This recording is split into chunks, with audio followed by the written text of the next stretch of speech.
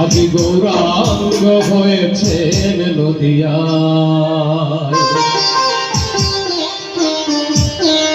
আমাদের রাধা রানীর দিনের দায় গৌরাঙ্গ হয়েছেন নদিয়ায়।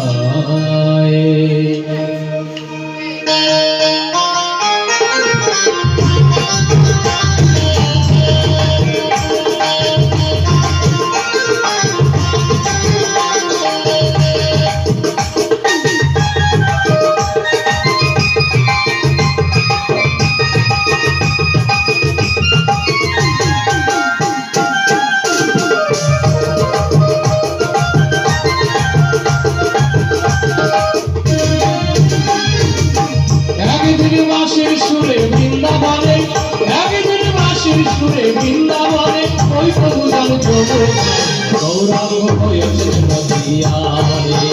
আমাদের রাধা রানীর দিনের গায় গৌরাঙ্গ হয়েছেন নদিয়ায়। এটাই গৌর হরিবল হরিবল।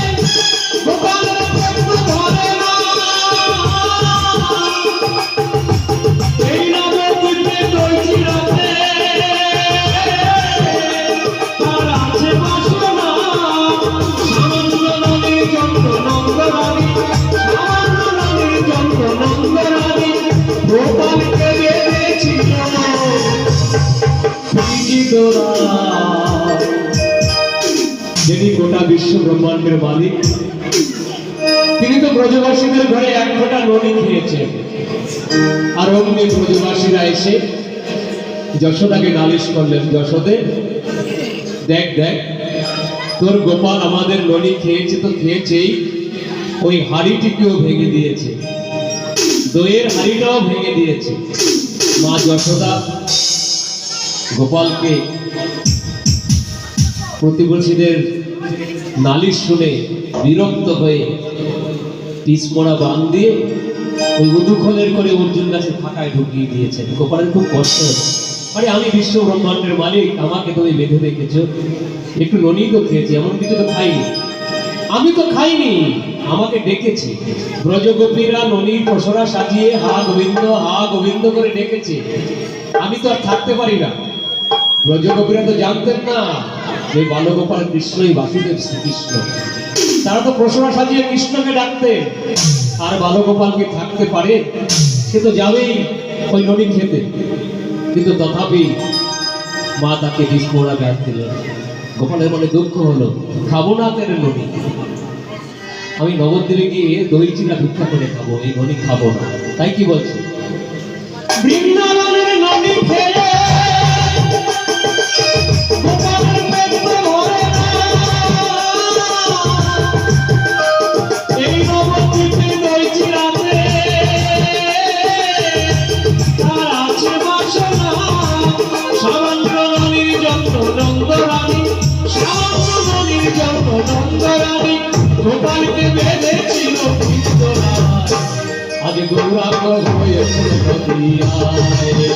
আমাদের রাধা রানীর দিনের গায় গৌরাঙ্গ হয়েছে নদিয়ায়।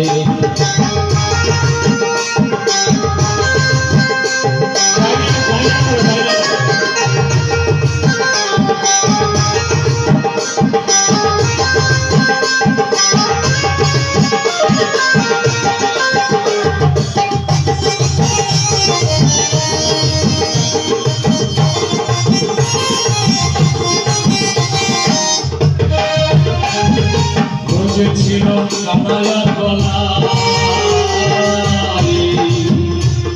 এই নদীর রাতে মিলাইল আমার গৌরার নিতাই।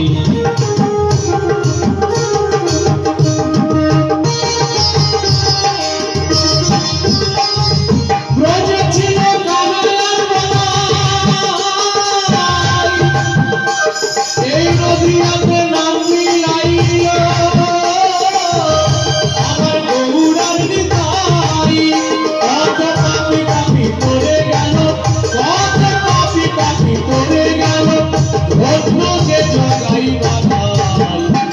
আজ গৌরাঙ্গ হয়েছে নদিয়ায়, আমাদের রাধা রানীর হৃদয় গৌরাঙ্গ হয়েছে নদিয়ায়। একদিন বাঁশির সুরে বৃন্দাবনে, একদিন বাঁশির সুরে বৃন্দাবনে, ওই তো যমুনায় গৌরাঙ্গ হয়েছে নদিয়ায়। আমাদের রাধা রানীর হৃদয় গৌরাঙ্গ হয়েছে নদিয়ায়, আমাদের রাধা রানীর হৃদয় গৌরাঙ্গ হয়েছে নদিয়ায়।